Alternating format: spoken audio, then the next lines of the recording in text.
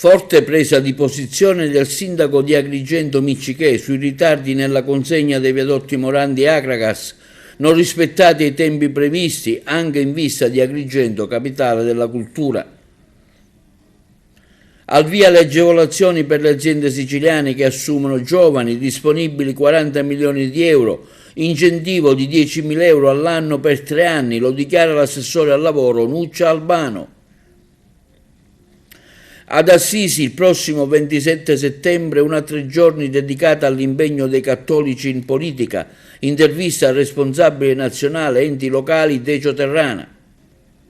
A Raffadali un interessante convegno medico-scientifico sulla cardioprotezione, cuore matto, la testimonianza di una mamma che ha perso il figlio di 12 anni nel corso di una partita di basket. Continuano i controlli dei carabinieri nei locali a Favara e a Porto Empedocle, sanzionati 4 aziende, controllati 70 veicoli, a Monreale arrestato un agrigentino in possesso di droga, a Canicattì ruba un portafoglio a un passante mentre gli chiedeva €1. Al via la 3 giorni dedicata al pistacchio, il Fastuca Feste, giunto alla sua 8ª edizione, a inaugurarlo il prefetto Filippo Romano. Morgana eletto presidente regionale LND, l'Akragas in casa incontra il Pompei, mentre il Castrum in trasferta va ad Acireale.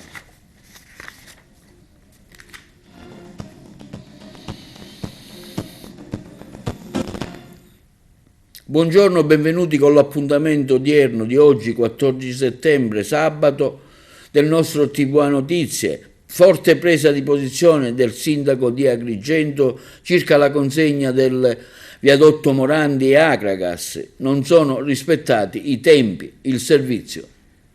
Nota stampa del sindaco Miccichè sui ritardi dei lavori della consegna del viadotto Morandi. Negli ultimi anni, afferma il sindaco, molti incontri cordiali e numerose strette di mano si sono susseguite tra i vertici di ANAS e il sindaco stesso, ma resta ancora senza risposta alla domanda fondamentale: quando sarà riaperto interamente il viadotto Morandi Manfredi consegnato alla città?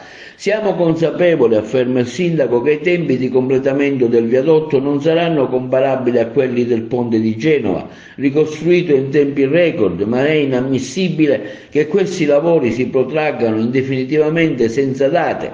La città di Agrigento ha il diritto di sapere cosa è accaduto dall'11 gennaio 2022, data in cui, durante una riunione con la 4ª commissione della Regione Sicilia, l'ingegnere Raffaele Clelia dell'ANAS ha dichiarato che erano stati stanziati 47 milioni di euro, suddivisi in 5 contratti, e che i lavori di messa in sicurezza delle pile più critiche, con un costo di 3 milioni di euro riferiti al primo e secondo contratto, avevano consentito la parziale apertura del ponte con il transito di soli mezzi leggeri. Si attendeva, continua il sindaco, il completamento del 3° contratto entro l'estate del 2022, la riapertura totale del ponte, inclusi gli interventi su Akragas 2, entro gennaio 2023. Ad oggi, purtroppo, nonostante numerosi sopralluoghi, incluso quello del recente 3 settembre 2024, le informazioni fornite dall'ANAS non fanno sperare in una rapida conclusione. Secondo quanto comunicato, i lavori strutturali per i primi 3 appalti hanno riguardato il risanamento di 102 pile binate, sono stati ultimati, mentre i lavori di ripristino degli impalcati,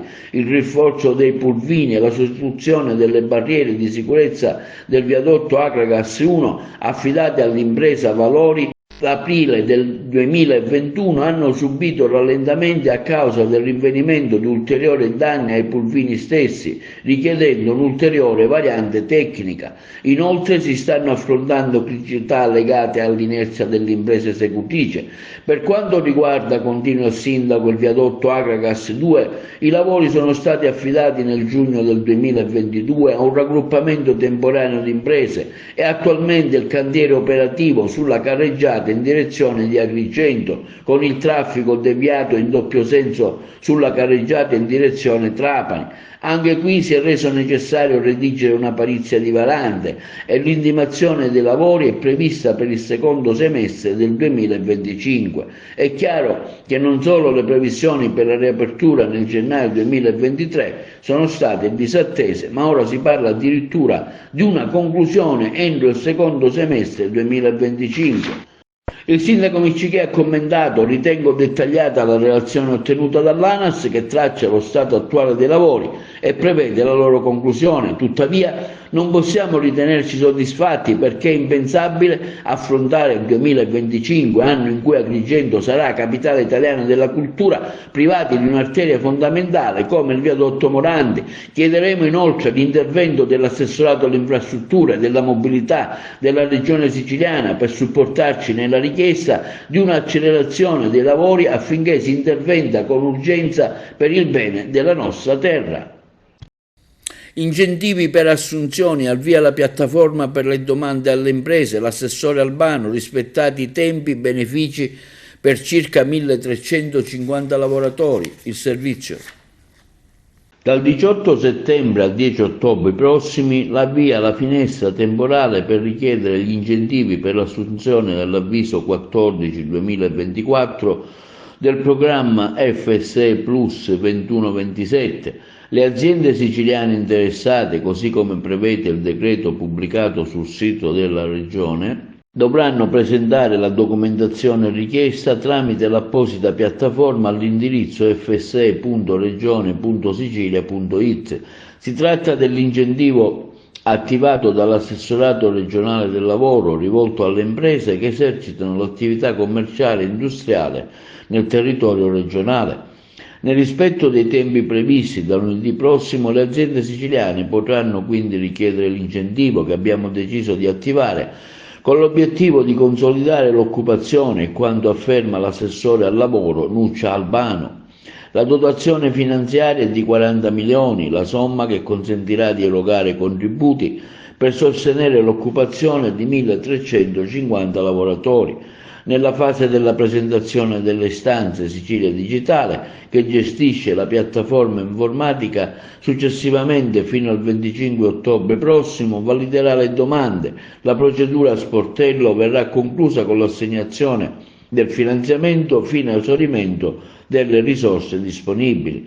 L'incentivo viene riconosciuto fino a un massimo di 10.000 euro all'anno per 3 anni per le nuove assunzioni a partire dal 1 gennaio 2024 a tempo indeterminato e per le trasformazioni dei rapporti di lavoro a tempo indeterminato o a seguito di assunzione stabile di tirocinanti della stessa azienda.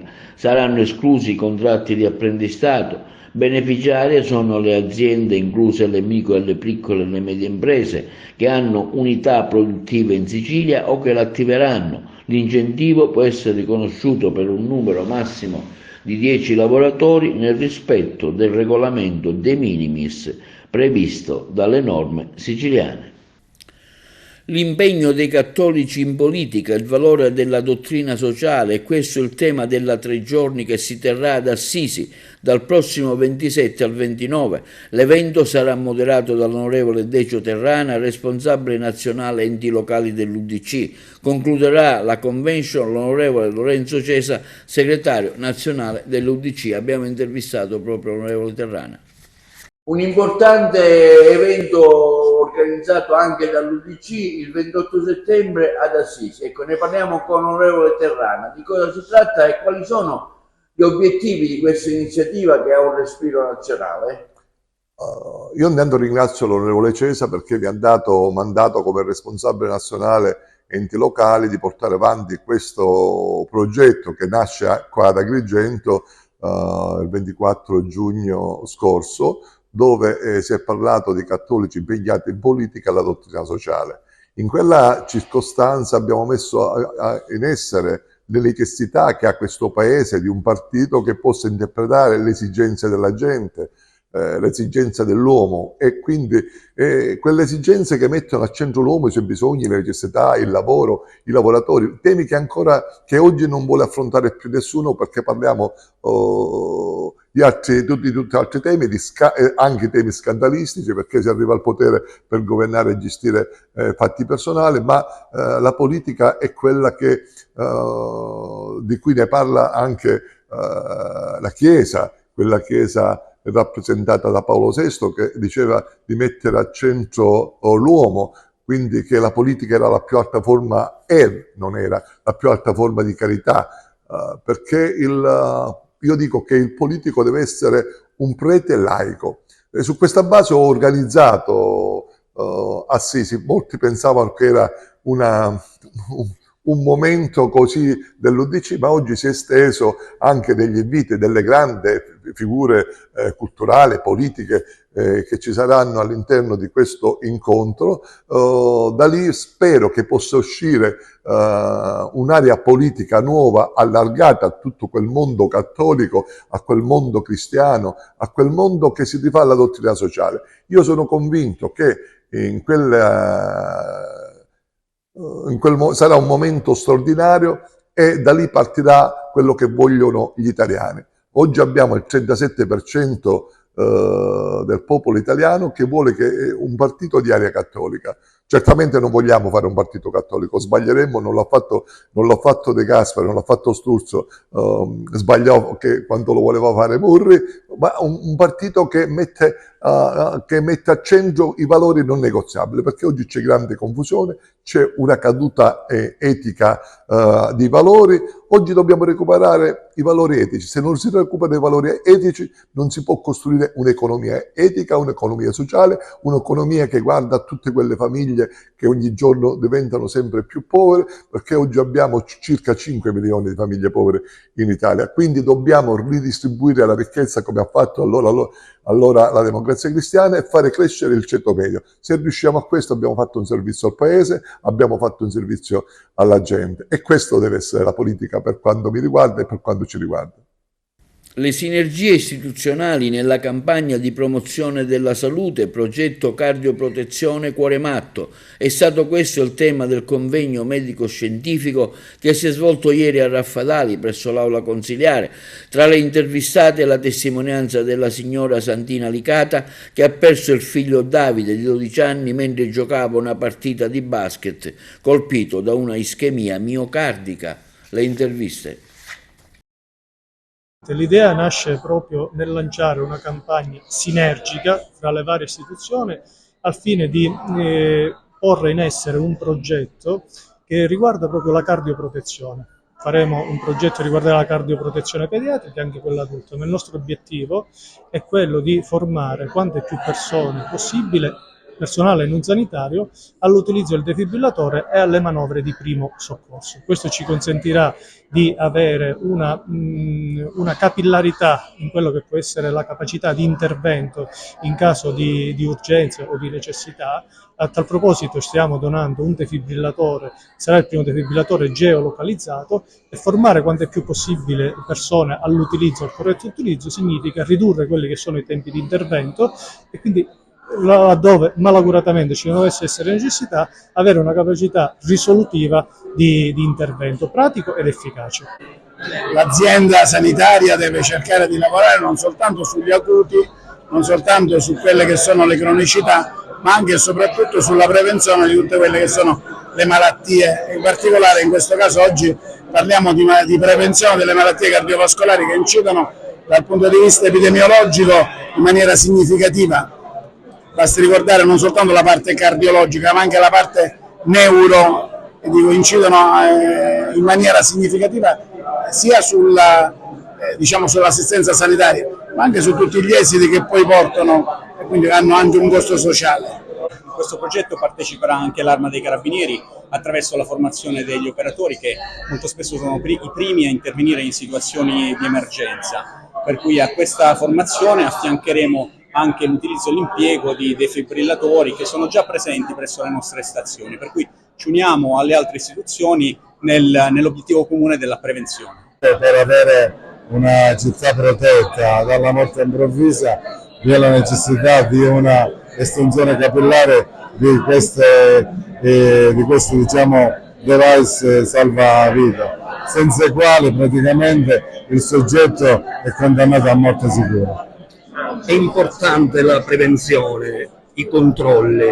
Sicuramente, sia per quanto riguarda la morte improvvisa giovanile che la morte improvvisa dell'adulto. La morte improvvisa dell'adulto conoscete tutti il fatto che si devono controllare diciamo, i vari fattori di rischio, non fumare, colesterolo basso, diabete eccetera eccetera. Mentre per quanto riguarda i giovani dovrebbe essere fatto uno screening già dalle scuole elementari per vedere se ci sono già delle anomalie all'elettrocardiogramma. Eventi come questi vanno sottolineati, vanno evidenziati, vanno elogiati e da parte mia non può che la parte del sottoscritto un po' che rallegrarsi ed essere presente, coinvolto e condividere lo spirito di questa iniziativa, e non c'è dubbio che la nostra esperienza, quella del 118, è in prima linea per eventi cardiovascolari come questi. L'Ordine dei Medici risponde sempre presente quando si parla di salute dei cittadini, quando si parla di prevenzione, e questa è la cosa più importante. Raffadali Cardioprotetta è un titolo che mi piace tanto e che dobbiamo continuare su questa strada. Cardioprotetta per le attrezzature che ci possono essere per i defibrillatori, ma dobbiamo fare in modo di informare i cittadini e formarli a sapere utilizzare questi strumenti per poter essere in grado velocemente di salvare una vita umana. Noi è da tanti anni che perseguiamo questo percorso. Nel lontano 2007 abbiamo avuto donati da parte di una nota casa farmaceutica 5 defibrillatori che li abbiamo dati mi ricordo in quel periodo sia alla stazione locale dei Carabinieri, sia ai vigili urbani, sia alle squadre di calcio di Raffadali, e qualcuno l'abbiamo donato pure al pronto alla Guardia Medica di Raffadali. Abbiamo avuto nel tempo altre donazioni, oggi ci pregiamo di ricevere quest'altra occasione per la nostra comunità di avere un defibrillatore che è uno strumento molto importante, riconosciuto come salvavita in alcuni casi. Io come mamma che ha perso un figlio di 12 anni giocando a basket, invito tutta la popolazione laica ai corsi di formazione BLST, come ho fatto io. Io mi sono formata e quindi chiedo a tutti di formarsi. Iniziamo, è ora di iniziare, è ora di cambiare la cultura. Sensibilizziamo i giovani, i ragazzi, gli anziani. Iniziamo, è ora di iniziare, di cambiare tutto. Dobbiamo rendere la nostra città cardioprotetta. Io inizierò dal mio paese, da Favara, così come qua a Favara. Si deve diffondere la cultura del defibrillatore in tutti i posti. Intensificati i controlli dell'Arma dei Carabinieri a Favara e a Porto Empedocle, sanzionati 4 locali e controllati 70 veicoli. L'approfondimento. Negli ultimi 2 giorni sono stati intensificati i controlli dei carabinieri della compagnia di Agrigento nei comuni di Favara e Porto Empedocle al fine di garantire la sicurezza della circolazione stradale e il rispetto delle normative nei locali della Movida. Nella giornata di giovedì i militari dell'Arma, in collaborazione con la Polizia Locale di Favara, hanno effettuato dei controlli serrati negli esercizi pubblici, sanzionando ben 4 locali per occupazione abusiva di suolo pubblico. Venerdì sera i carabinieri hanno invece intensificato la vigilanza a Porto Empedocle, teatro di recenti episodi di violenza, con numerosi accertamenti su strada e nelle aree di ritrovo dei giovani. Nel complesso i militari dell'Arma hanno sottoposto a controllo 77 veicoli e 200 persone, garantendo una cornice di sicurezza rinforzata nel corso delle ore di maggiore transito. L'attività dell'Arma dei Carabinieri proseguirà nel corso delle prossime settimane anche nel capoluogo e negli altri comuni limitrofi al fine di garantire la sicurezza e tranquillità alla cittadinanza e il rispetto delle regole della civile convivenza. I carabinieri della compagnia di Monreale hanno arrestato un 50enne originario dell'Agrigentino con l'accusa di detenzione e spaccio di droga. nei pressi dell'abitazione dell'indagato agli arresti domiciliari, sempre per reati legati alla vendita di stupefacente, c'era un continuo via vai. I militari dell'Arma, con i colleghi del nucleo cinofili di Palermo Villa Grazia, hanno eseguito la perquisizione e grazie al fiuto del pastore tedesco Ron in casa sono stati trovati 70 grammi di cocaina, parte della quale è già suddivisa in dosi e pronta per la vendita al dettaglio, oltre che al materiale per la pesatura, il confezionamento, nonché denaro in banconote di piccolo taglio, verosimilmente provento dell'attività di spaccio. Il cane antidroga ha trovato lo stupefacente nascosto dentro una scarpa e il bilancino nella cesta dei giochi dei bambini. Il GIP ha disposto immediatamente la detenzione in carcere. E chiede €1 a un passante, ma nel momento in cui tira fuori il portafoglio glielo strappa dalle mani e scappa. È successo a Canicattì, dove un pregiudicato è stato identificato e denunciato dalla polizia per il reato di furto con strappo. L'uomo si era avvicinato a un 48enne chiedendogli qualche spicciolo. Con una mossa repentina però è riuscito a rubare il borsello, al cui interno vi erano, oltre ai documenti, anche denaro e contanti pari a 150 euro. La fuga però non è durata molto, con gli agenti della polizia che sono riusciti a individuarlo e a denunciarlo. Il taglio della torta nella piazza principale di Raffadali ha ufficialmente aperto l'8ª edizione del Fastuca Fest, la festa che vuole celebrare e promuovere il pistacchio di Raffadali, prodotto dal 2021 a denominazione di origine protetta. Ha portato il suo statuto istituzionale il prefetto di Agrigento Filippo Romano. La festa si protrarrà fino a domani, 15 settembre, domenica. Noi eravamo sul posto, vi proponiamo le interviste. Sindaco, 8ª edizione del Pistacchio DOP, una 3 giorni interamente dedicata appunto alla ricchezza dell'oro verde e del pistacchio a Raffadali. Sicuramente bisogna ripetere ogni anno questa manifestazione che porta qui migliaia di persone e ormai il nostro prodotto è conosciuto, penso, in tutta Italia e forse oltre i confini, però è necessario ogni anno mostrare a chi viene quali sono le nuove iniziative che noi portiamo avanti, i nuovi prodotti che noi realizziamo, e poi serve da stimolo per far sì che molti giovani si avvicinano a questo oro verde, che è molto redditizio come lavoro agricolo, che però ha bisogno di molti sforzi iniziali, perché l'investimento si comincerà a vedere dopo 8-9 anni della piantagione del frutto. Io penso che bisogna invogliare i giovani a investire su loro stessi, a investire su questa opportunità o su questo valore di sviluppo che i giovani del Raffadali insieme con l'amministrazione sono riusciti a ottenere, il DOP. Pistacchio di Raffadali vuol dire tanta ricchezza, diceva lei. Dicevo io che Pistacchio di Raffadali, insieme ad altre cose belle di questo territorio, che poi non è solo Raffadali, sono una trentina di comuni fra la provincia di Agrigento e un paio nella provincia attigua di Caltanissetta. Ecco, vuol dire che questo comune e altri comuni limitrofi non perdono più popolazione. Lo spopolamento è un dramma per la Sicilia di oggi, molti giovani vanno via per cercare lavoro e migliori condizioni di vita. Il fatto che negli ultimi anni, e parlo di una quindicina d'anni, la popolazione si mantenga costante e magari dia qualche barlume, qualche segno di crescita, è un segno di grande speranza, che significa che l'economia in qualche maniera sta offrendo opportunità e possibilità per i nostri giovani. Hai assaggiato delle pietanze? Una sua valutazione sulle pietanze che ha assaggiato con il pistacchio di Raffadali? Non sono, come dire, un gastronomo, quindi la mia valutazione è una valutazione assolutamente personale. Dire che sono buonissime tutte è poco. La Sicilia è una terra di gastronomia di livello eccezionale.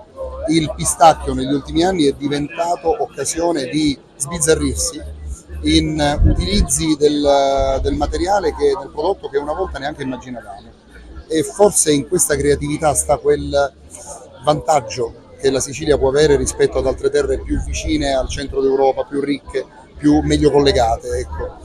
Speriamo che il nostro genio siculo riesca a superare questo gap. L'unica pianta che non ha sofferto la siccità. Prego? L'unica pianta che non ha sofferto la siccità. Il paradosso è che la siccità, che ha danneggiato tanto altre colture, anche se devo dire che stiamo cercando insieme con la regione sia col dottore Cocina sia col dottore Cartabellotta, quindi con tutto ciò che riguarda la protezione civile, l'agricoltura, il sistema delle acque, l'ingegnere Santoro. Ecco, tutte queste persone insieme hanno lavorato molto per dare acqua anche all'arancio e alla pesca. Il raccolto della pesca si è concluso positivamente, vedremo ora per l'arancia, si sta lavorando. Il pistacchio invece, per paradosso, è un dono della Sicilia, perché è una pianta xerofila, una pianta che ama il secco e quest'anno ha dato il meglio di sé. La natura è fatta. Sono 22 diciamo, le aziende qui nel percorso del gusto e niente, per noi è una grande soddisfazione, perché naturalmente vediamo ogni anno crescere sia la festa che i coltivatori di pistacchio e anche i trasformatori. Una festa che cresce sempre di più. Assolutamente sì. Quest'anno abbiamo sul percorso del gusto abbiamo allungato oltre 150 metri come superficie e con 5 aziende in più rispetto all'anno scorso, e naturalmente contiamo per il prossimo anno allungare ancora qualche cosa, perché abbiamo avuto tante richieste che purtroppo non abbiamo potuto soddisfare. 22 aziende che provengono non solo da Raffadali ma anche da fuori Raffadali. Ormai una iniziativa, il Fastuca Festi, che veramente mette al centro tutte le eccellenze siciliane, la trasformazione, ma soprattutto di quello che sono i produttori del pistacchio di Raffadali, un prodotto che è DOP dal 2021 ma che noi negli anni stiamo cercando di far crescere, di tutelare soprattutto e di promuovere a livello nazionale. È una manifestazione che ha diverse possibilità, dalla chi viene qua per godersi lo spettacolo a chi viene qua per gustare il pistacchio, ma anche per incontrare produttori e creare anche attività commerciali. Una cosa che ci inorgoglisce tanto, perché nel giro di pochi anni è un evento che è diventato sempre più di rilievo nazionale e non solo. Il valore aggiunto apporta questa manifestazione. Raffadali ormai è diventato un vero punto di riferimento per il pistacchio.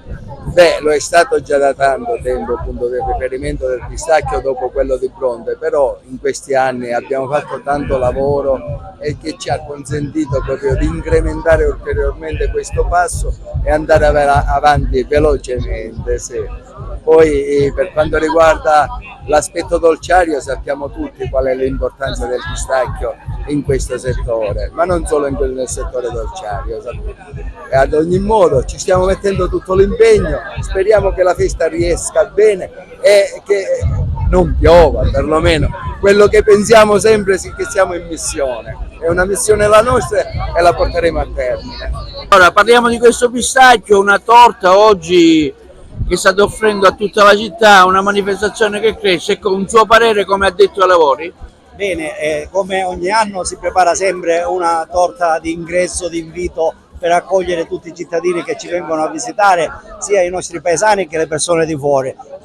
Per noi è un piacere fare assaggiare dei dolci nostri tipici, e poi a maggior ragione con pistacchio doppio del Raffadale, sperando di inaugurare a meglio sempre come ogni anno questa bellissima manifestazione, che è l'augurio che possano tante persone, tanti giovani occuparsi, impegnarsi a voler costruire qualcosa per loro stessi. Riconfermato successo per il raduno annuale organizzato dall'Associazione Cavalieri delle Antiche Tradizioni di Ribera, presieduta da Angelo Cocchiara.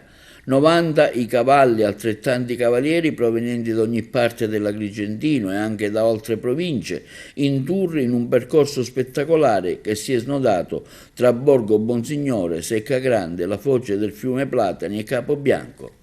Il servizio. Quest'anno abbiamo voluto valorizzare la borgata di Borgo Bonsignore, visto i lavori che sono stati fatti, il rinnovo della piazzetta, della chiesa e delle altre strutture. Un ringraziamento ai ragazzi che mi collaborano nell'associazione e anche un ringraziamento voglio fare ai ragazzi che ci ospitano qua nella borgata di Borgo Bonsignore. Soprattutto vorrei ringraziare i ragazzi che vengono da fuori, che fanno molti chilometri, che hanno svolto il percorso tra Seccagrande, Borgo Bonsignore e Capobianco. È stata una bella esperienza, ci fa ritrovare tutte queste persone con un'unica passione tutti insieme, con dei bei paesaggi, il mare, anche con la vista, i panorami.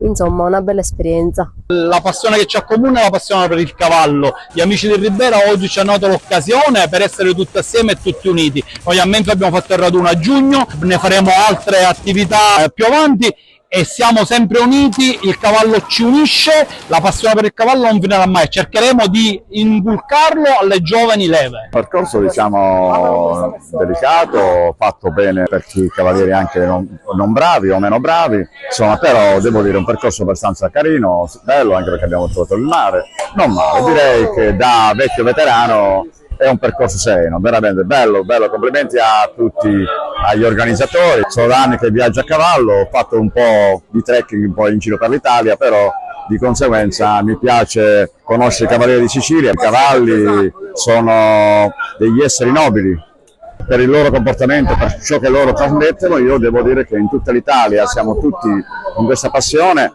tantissime, c'è una forza enorme di persone, specialmente tante donne che viaggiano sui cavalli, quindi devo dire che va bene così, meno male che procede una cosa di questo genere. Queste iniziative sono importantissime per unirci e per farci riunire tutti. Siamo dei piccoli centri un po' sparsi da tutte le parti, ed essere qui ospiti di questa splendida piazza e di questa ottima organizzazione da parte dei Cavalieri delle Antiche Tradizioni di Ribera, aver avuto la possibilità di visitare tutta la costa di Borgo Bonsignore è stato veramente meraviglioso, ed è un modo appunto per riunirci, perché sono solamente queste le occasioni che ci danno la possibilità di poter stare un po' assieme e di condividere quello che tutti abbiamo in comune, quindi la passione per questo splendido animale. Ringrazio il presidente dell'associazione, Angelo Cucchiare, per avermi invitato all'Opera Male di Bovo Marina, e gli faccio i miei complimenti perché con questa manifestazione, con questa passeggiata, sta facendo conoscere il territorio, che è qualcosa di spettacolare. Il circondario che c'è qua è meraviglioso, hanno organizzato e ci hanno fatto stare bene, quindi io gli auguro un in bocca al lupo e alla prossima esperienza rinnovata per il prossimo anno. Linea alla regia per la pubblicità. E nell'autostrada A18 un terribile incidente ha visto la morte di un uomo di 52 anni. Ce ne parlano meglio i colleghi di Messina.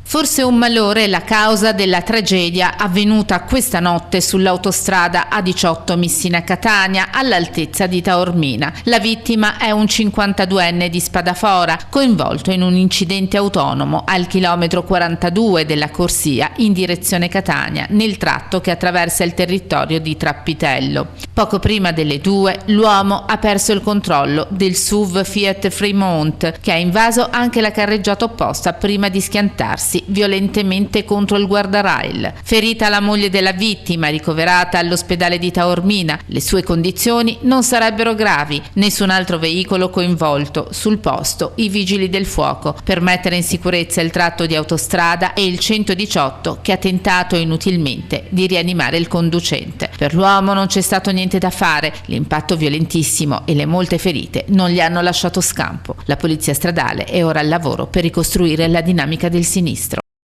A Catania la settimana europea della mobilità sostenibile dal 16 al 22 settembre. L'iniziativa promossa dal Comune. Domenica 22 in città senza la mia auto è una delle altre iniziative previste nel programma. La condivisione degli spazi pubblici è il tema al centro della Settimana Europea della Mobilità Sostenibile 2024, che si svolgerà a Catania dal 16 al 22 settembre, organizzata dall'amministrazione Trantino. La settimana sarà animata da un ampio ventaglio di eventi messi a punto in collaborazione con istituzioni, enti, associazioni di settore, aziende partner pubblici e privati, a partire dall'MTS e la Ferrovia Circumetnea.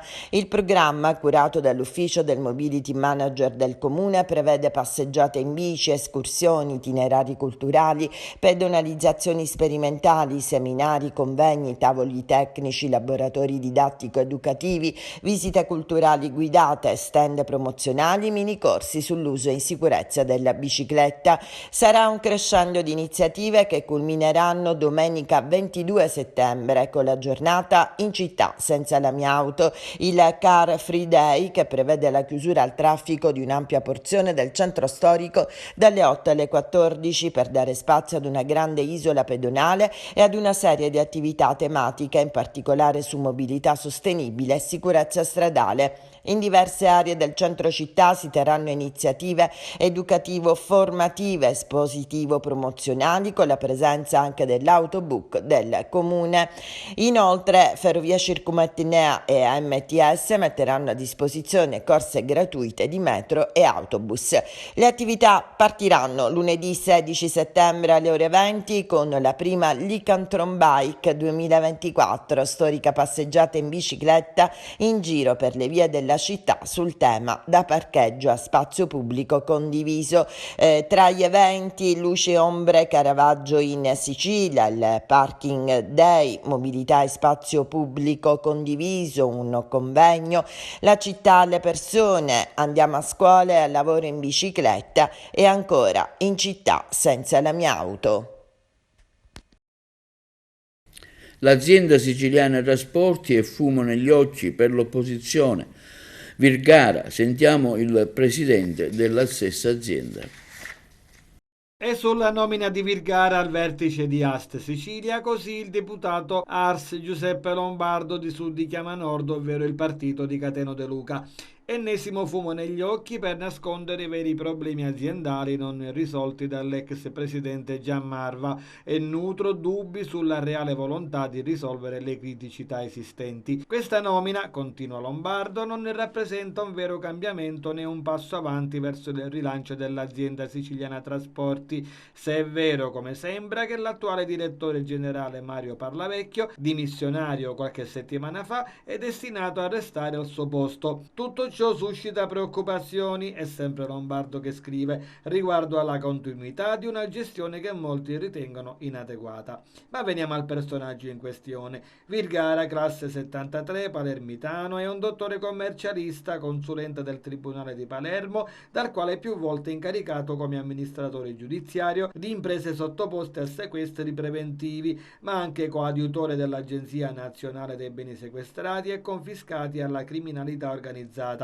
Nella sua carriera professionale vanta numerose attività, vedi quella di direttore aziendale, nonché di amministratore straordinario di nomina prefettizia, ma è anche un esperto di gestione della crisi di impresa. L'onorevole Lombardo continua sempre a mezzo comunicato stampa, esprimendo preoccupazioni che il piano di azione attuale sia più orientato a smantellare l'azienda che a rilanciarla e in proposito prosegue. Molto probabilmente il mantenimento del direttore generale fa parte di un piano più ampio per continuare il lavoro di chiusura di Ast, utilizzando il paravento del finto salvataggio per consegnare alla fine ciò che rimarrà dell'azienda ai privati. Ma tornando al governatore Schifani, sempre sulla situazione di azienda siciliana trasporti, ecco quanto. Il mio governo è impegnato nel suo rilancio, ha voluto una norma votata dall'Assemblea regionale siciliana per la trasformazione in società house e la ricapitalizzazione, subordinata alla presentazione di un piano di risanamento aziendale. Ma Lombardo di Sud di Chiama Nord auspica che venga sollecitato un impegno concreto su Ast che includa una revisione strategica e strutturale capace di garantire il futuro anche dei suoi dipendenti e conclude: non si può parlare di rilancio senza un cambio di rotta significativo e senza una visione strategica che metta davvero al centro le necessità di mobilità dei cittadini siciliani e la stabilità occupazionale dei lavoratori. Alessandro Virgara rimarrà in carica fino all'effettiva trasformazione in house dell'azienda, prevista in 4-5 mesi. Il Movimento 5 Stelle, con la parlamentare regionale e vicepresidente della Commissione Ambiente, Territorio e Mobilità all'Assemblea regionale siciliana, ovvero Cosè Marano, entra sulla vicenda e parla di servizio di trasporto negato e di schiaffo agli studenti siciliani. Mezzi guasti e continui disservizi. Schifani parla di rilancio, ma di efficienza e qualità non vi è nessuna traccia, così la Marano. Questa volta a pagarne le conseguenze, continua la pentastellata, sono stati gli studenti siciliani ai quali nel loro primo giorno di scuola non è stato garantito il servizio di trasporto scolastico extraurbano.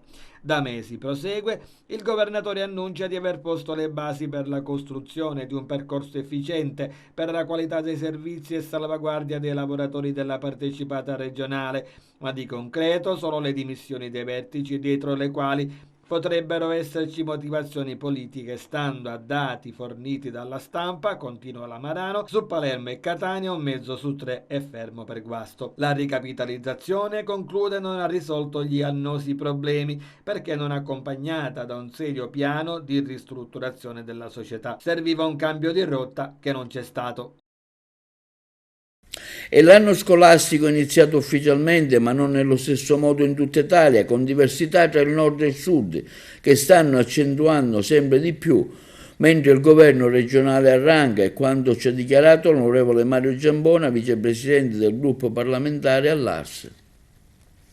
Facciamo tanti auguri agli studenti siciliani, ma la campanella non suona allo stesso modo in Sicilia e nelle altre regioni d'Italia. Purtroppo i problemi sono all'ordine del giorno, oltre ai problemi infrastrutturali e la carenza di aule, di plessi, di palestre, di spazi che purtroppo non vengono risolti ad oggi con il PNRR. Tra l'altro i ritardi fanno sì che si risentono in molti plessi che non aprono regolarmente, creando il disagio dei doppi turni. C'è il problema dei servizi. Ancora troppi insegnanti sono precari in Italia, si stima che 1/4 degli insegnanti sia a tempo determinato, ancora tanto personale amministrativo non rientra in servizio e questo non riesce a risolvere il caos del dimensionamento scolastico che ha determinato il governo Meloni, e a ciò si aggiungono altri problemi proprio della nostra regione. Uno fra tutti è il trasporto degli studenti pendolari della nostra regione. È assolutamente inaccettabile che vi siano degli studenti dei paesi della nostra Sicilia che non possono raggiungere in tempo i luoghi in cui prestare la propria attività scolastica, perché l'AST, l'azienda siciliana trasporti, oramai è in una situazione di grande squilibrio economico e finanziario e non rende quel servizio essenziale di mobilità agli studenti, ma anche il servizio sociale di trasporto per la nostra regione. A ciò aggiungo un altro aspetto, che è quello dei costi importanti che devono sostenere le famiglie siciliane per sostenere gli studi degli studenti. È inaccettabile che un ragazzo o una ragazza di scuola media per il primo anno la famiglia debba sostenere oltre 350 euro per l'acquisto dei libri di testo, 700-800 per le scuole superiori, motivo per il quale mi sono fatto portavoce con una mia azione parlamentare per istituire un fondo a livello regionale per garantire le spese di trasporto per i ragazzi, ma anche per rifondere un minimo rispetto a quelle che sono le esose spese per l'acquisto dei libri di testo. E a Messina una campagna in corso dal tema Io non rischio, prevenzione nave, le interviste a Massimo Minutoli, assessore protezione civile, e a Piera Calderone della Caronte Tourist. La campagna Io non rischio sullo stretto di Messina, perché la scelta di coinvolgere Caronte Tourist, perché a bordo di una delle navi in servizio? La campagna Io non rischio è una campagna a livello nazionale che si svolge sul territorio su tutto il territorio nazionale. In questa occasione, in maniera straordinaria, l'associazione ha deciso di coinvolgere quelli che sono i viaggiatori e grazie alla collaborazione con la Caronte Tourist che ha messo a disposizione la nave Telepass ci sarà questa opportunità di conoscere le buone pratiche di protezione civile in navigazione. Messina da questo punto di vista è diventata un punto di riferimento per quanto riguarda il settore della protezione civile, perché si è fatto un grande lavoro in questi anni. Ma diciamo che il lavoro, i risultati di oggi sono il frutto del lavoro svolto in tutti questi anni, come diceva lei. La campagna Io non rischio nasce intorno al 2014, se non ricordo male, e da lì si è stati sempre sul pezzo per farla crescere sempre di più e far sì che i cittadini siano sempre più consapevoli di quelli che sono i rischi che incombono sul proprio territorio. Diciamo che la protezione civile a Messina ha fatto grandi passi in avanti, oggi ha delle attrezzature e del personale abbastanza formato, capace di poter fronteggiare le calamità, fermo restando che i volontari, il personale non è mai bastevole per poter affrontare le criticità, quindi è sempre bene che ci siano sempre più forze in campo e quindi lo sprone è quello di far sì che tutti i cittadini seguano maggiormente la protezione civile, imparino le buone pratiche di protezione civile e perché no, diventare operativi all'interno delle associazioni di volontariato o del gruppo comunale di volontariato. La prevenzione è fondamentale su tutti i campi, a maggior ragione su ciò che ricade sul territorio.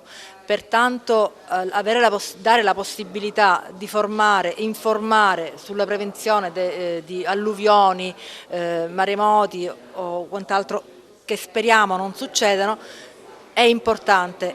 La nave ti dà la possibilità di poter raggiungere i passeggeri, magari dei turisti, quindi serve anche da volano per divulgare questo pensiero, la prevenzione. Tra l'altro a bordo verrà distribuite delle brochure che quindi ognuno porterà a casa e magari con calma approfondirà. Passiamo allo sport. Sandro Morgana è stato riconfermato presidente della LND FIGC Sicilia nel corso dell'assemblea regionale che si è svolta a Ficarazzi, alla presenza del presidente nazionale LND Giancarlo Abete e del presidente regionale del CONI Sicilia Sergio D'Antoni. Intanto domenica esordio in casa dell'Acragas per la seconda di campionato Serie D Girone I contro la squadra del Pompei. Ce ne parla meglio il collega Carmelo Lentini. Sandro Morgana è stato riconfermato all'unanimità presidente del Comitato regionale Sicilia FIGC LND al termine dell'assemblea ordinaria elettiva che si è svolta giovedì scorso nella sede federale di Ficarazzi e guiderà il calcio siciliano per il prossimo quadriennio sportivo. L'assemblea elettiva, presieduta dal presidente onorario della LND Sicilia Santino Lopresti e dal segretario Wanda Costantino, che ha visto una massiccia partecipazione delle società siciliane, votandi circa 317. È stata impreziosita anche dalla presenza del presidente della Lega Nazionale Dilettanti, Giancarlo Abete. Ed ora il calcio di Serie D Girone I. Si gioca la seconda giornata di campionato e l'Acragas, dopo la sconfitta di Locri, debutta al Desseneto contro il Portici, avversario tosto, duro a morire, che farà di tutto per rendere difficile la vita a Garufo e compagni. La compagine campana proviene dall'esordio casalingo negativo con le Paternò e Matteo Di Piazza, ex biancazzurro attaccante, si ritroverà a giocare proprio contro la sua ex squadra. Probabile esordio dell'ultima arrivata in casa biancazzurra, l'attaccante 24enne greco Efitimios Christopoulos, che freme per scendere in campo. Per quanto riguarda il Pompei, non sono disponibili il tecnico Gianluca De Angelis e Fabrizio Morelle Buschiazzo, entrambi fermati per un turno dal giudice sportivo. Il match Acragas Pompei avrà inizio alle ore 15 e verrà diretto da Vittorio Umberto Branzoni di Mestre con assistenti Marco Marchesin di Rovigo e Roberto Presotto di Pordenone. Queste infine le altre gare in programma. Città di Acireale Castrum Favara, arbitro designato è il signor Milione di Barcellona Pozzo di Gotto. Poi ci sarà Città di Sant'Agata Nuova Igea Virtus, Enna San Cataldese invece inizierà alle 15.30, come anche alle 15.30 si inizierà la partita del Dino Liotto Liccata Locri. Poi ci sarà Paternò-Nissa, Regina Scafatese che inizierà alle 15.30 e Siracusa Ragusa e Vibonese Sambiase anch'esse inizieranno alle ore 15.30. Mister Lillo Bonfatto, domani all'Esseneto arriva il Pompei per la seconda giornata di campionato, il debutto casalingo dell'Acragas. C'è tanta voglia di riscatto per la sconfitta contro il Locri? Sì, c'è voglia di rivalsa, c'è voglia di dimostrare che domenica è stata un incidente di percorso e che, devo essere sincero, non abbiamo fatto male.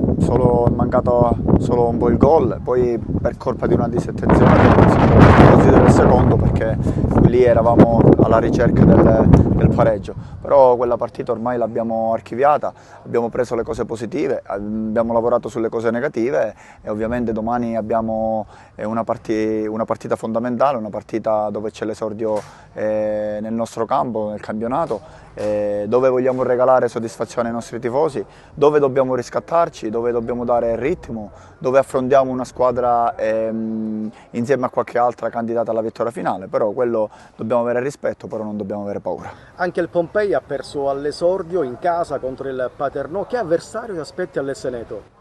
Sicuramente sarà ferito, ma lo siamo anche noi, sicuramente saranno amareggiati, ma lo siamo anche noi, quindi sarà una partita tosta, sarà una partita difficile, però noi dobbiamo alzare sempre il livello, dobbiamo cercare sempre di alzare il ritmo e cercare di mettere in difficoltà, perché poi abbiamo una squadra che corre, che sa correre, ma però che ha anche qualità.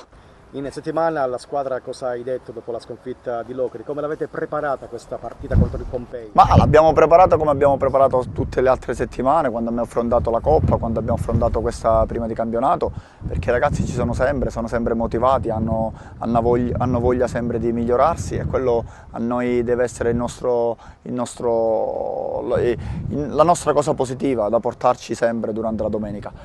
Quindi non ho detto niente, abbiamo solo lavorato nelle cose positive, perché c'è sempre da lavorare nelle cose positive, ma anche migliorare le cose negative. Domani è previsto il pubblico delle grandi occasioni all'Esseneto, tanta gente ha comprato il biglietto. Cosa chiedi ai tifosi? Quanto è importante l'apporto e il supporto del pubblico grecantino? Ma cosa chiedo? Chiedo intanto di starci sempre vicini, però dobbiamo essere noi, staff tecnico e soprattutto i giocatori, a cercare di creare ancora di più quell'entusiasmo che sento che c'è nell'aria, però dobbiamo essere bravi soprattutto con l'impegno, con la determinazione, sudando la maglia come abbiamo fatto fino ad oggi, e continuare a farlo ancora meglio. Andiamo ora a Favara per la seconda giornata del campionato di Serie D. La SD Castrum giocherà in trasferta da Cireale. Ce ne parla meglio il collega Giuseppe Moscato. Dopo la convincente prova della prima giornata di campionato nazionale di Serie D, ASD Castrum Favara si prepara alla trasferta di Acireale. Domenica scorsa contro l'Enna la squadra di Pietro Infantino ha dato un'ottima prova di carattere, oltre che del bel gioco.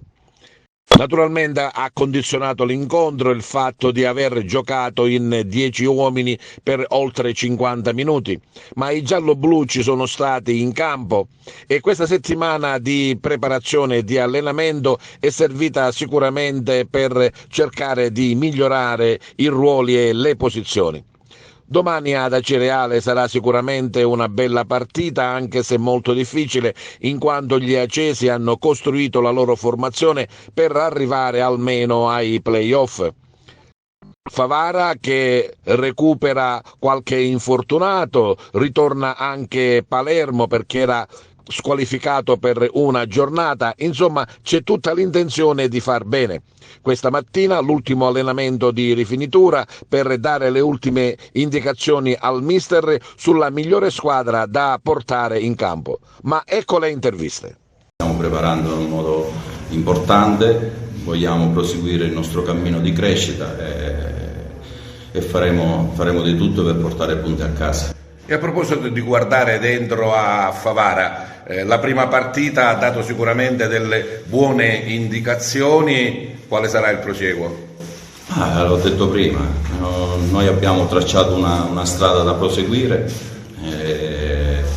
e su quello lavoriamo, quello della crescita, quello che un gruppo tutto nuovo in un mese hanno fatto passi da gigante, però c'è ancora tantissimo da lavorare. Una partita che per me è particolare, non è Acireale, per me non è una partita come le altre, però in questo momento noi dobbiamo pensare al Castrum Favara, perché ci sono punti in palio e dobbiamo portare punti a casa e continuare a fare il nostro percorso portando punti a casa, perché credo che è un campionato difficile, un campionato che ogni partita ci saranno delle insidie.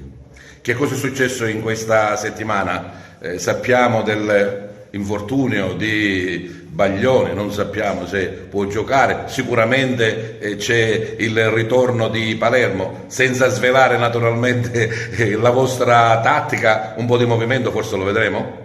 Sì, ma credo che rientrano Deiana, Palermo, no? Baglioni credo che grazie allo staff si sta provando di recuperarlo, e poi farò le mie valutazioni, anche perché, come ho detto sempre, sono partite difficili e dobbiamo essere tutti al 100% perché c'è da correre, da lottare, un campo in erba naturale, può essere che magari può succedere che piove, diventa molto pesante, abbiamo bisogno di giocatori con gamba, giocatori che hanno forza nelle gambe, che si sono allenati, e poi io farò le valutazioni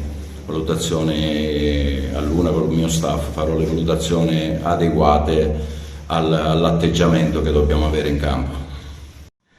Ciccio Palermo finalmente si scende in campo, almeno non sappiamo la formazione, comunque sei tanto atteso per iniziare questo tuo percorso a Favara e in Serie D. Ti senti pronto?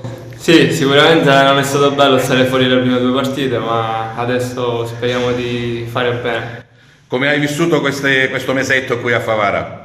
No, mi sono trovato bene, abbiamo un gruppo importante, cioè sono tutti ragazzi eccezionali, il mister già lo conoscevo, quindi ci sono tutte le carte in regola per fare bene.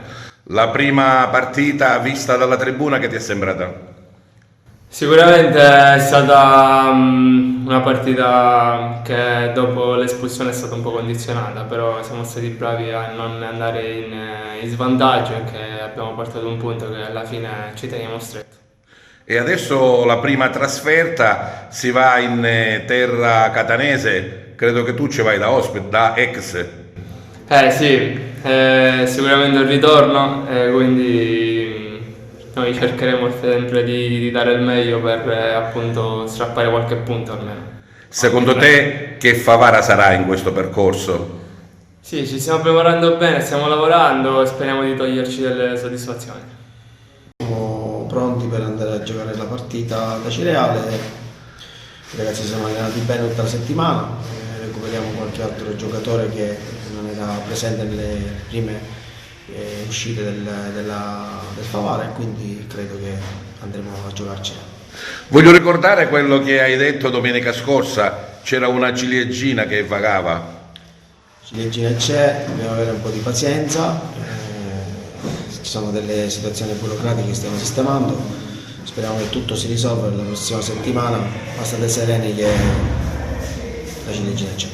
E questo è tutto per TVA Notizie di oggi. Vi ricordiamo che i programmi di TVA si possono vedere in tutta Italia sul canale 268 del digitale terrestre per chi ha le smart TV, in streaming sul sito www.televideoagrigento.tv e il telegiornale sul canale 93 di Video Sicilia alle 15 e alle 20 e replica la mattina alle 9. E sempre sul canale 97 del digitale terrestre potete vedere i nostri servizi più importanti della settimana nei giorni di domenica alle ore 7, alle ore 13, alle 20 e a mezzanotte. E questo è tutto per oggi e vi auguriamo buon fine settimana.